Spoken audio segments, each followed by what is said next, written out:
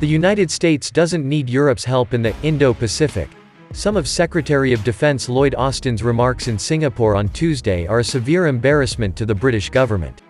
Whether Austin realized this or not, he undermined one part of Biden administration strategy with regard to Europe and China when he said, "If we focus a bit more on Asia, are there areas where Britain can be more helpful in other parts of the world?"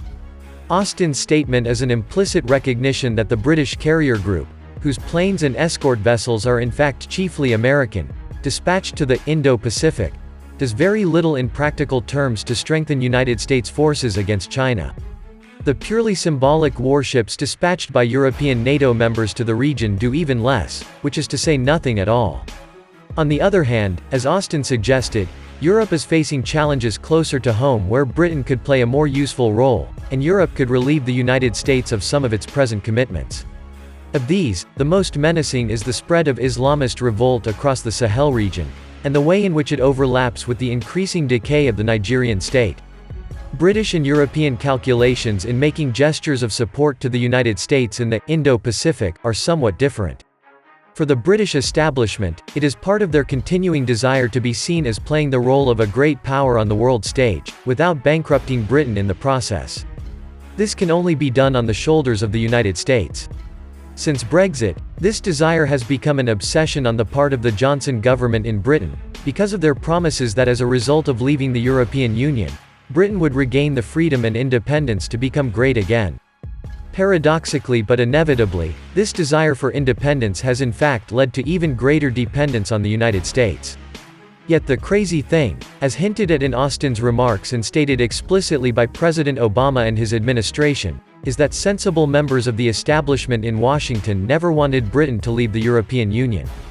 This was not just because they regarded Britain as a channel for American influence within the European Union, but because within Europe, Britain can make a real military contribution, not due to the strength of its forces, but because Britain, together with France, has one of the only two armies that is actually willing to fight.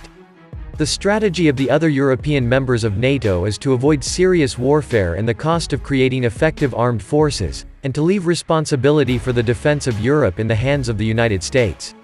To this end, however, they give the minimum help necessary to make sure that the United States maintains that commitment to Europe and they do not have to take responsibility themselves.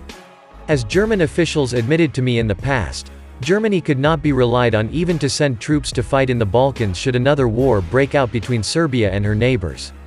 From the United States' point of view, this is a fool's bargain. European military help to America is almost insignificant compared to American military help to Europe. And the deteriorating situation in the Sahel means that the needs of European security are likely to increase greatly in the years to come.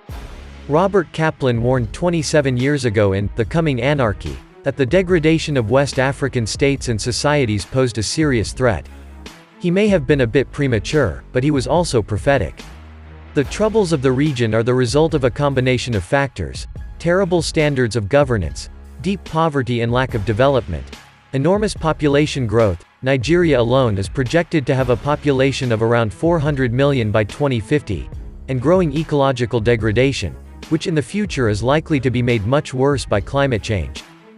Especially since the destruction of the Libyan state in 2011, due in large part to the misguided intervention of the United States, Britain and France.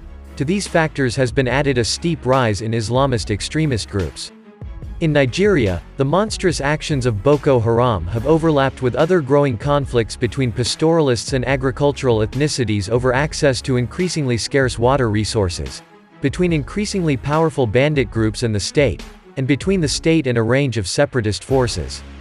According to the United Nations, the conflict with Boko Haram alone in Nigeria has contributed to the deaths of around 350,000 people, making this one of the worst ongoing civil wars. The threat to Europe stems not so much from the Islamist extremists themselves, as from the danger that, fueled by local rivalries and socio-economic despair, they will help unleash civil wars across the region that will send a massive flow of refugees northward to Europe. As we have seen from Brexit and the rise of nationalist parties across Western and Central Europe, mass migration can seriously destabilize European liberal democracy, and future movements from Western Africa may dwarf anything we have seen in the recent past.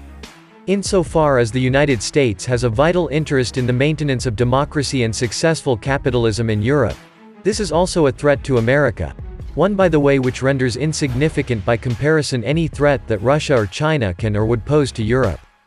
To try to ward off this danger, the European Union needs to make a massive and coordinated effort to promote economic development across the region.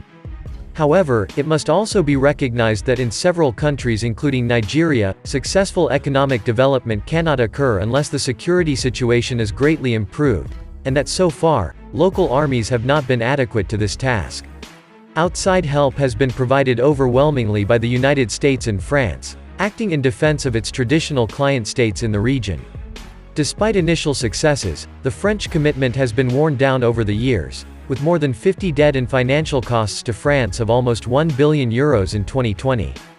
President Macron has now declared that he is ending Operation Barkhane, and reducing France's troops in the region from 5,000 to fewer than 3,000. He has also asked for increased military help in the region from France's European partners. Their response to date has been minimal.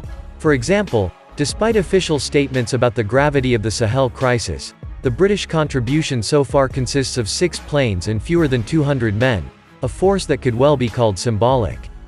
The Sahel, not the Indo-Pacific, is where European NATO members can and should make a real commitment to their own security and relieve the United States of some of the burden. And this is where the Biden administration should encourage them to make a commitment, rather than asking for gestures in the Indo-Pacific that impress nobody, the Chinese least of all.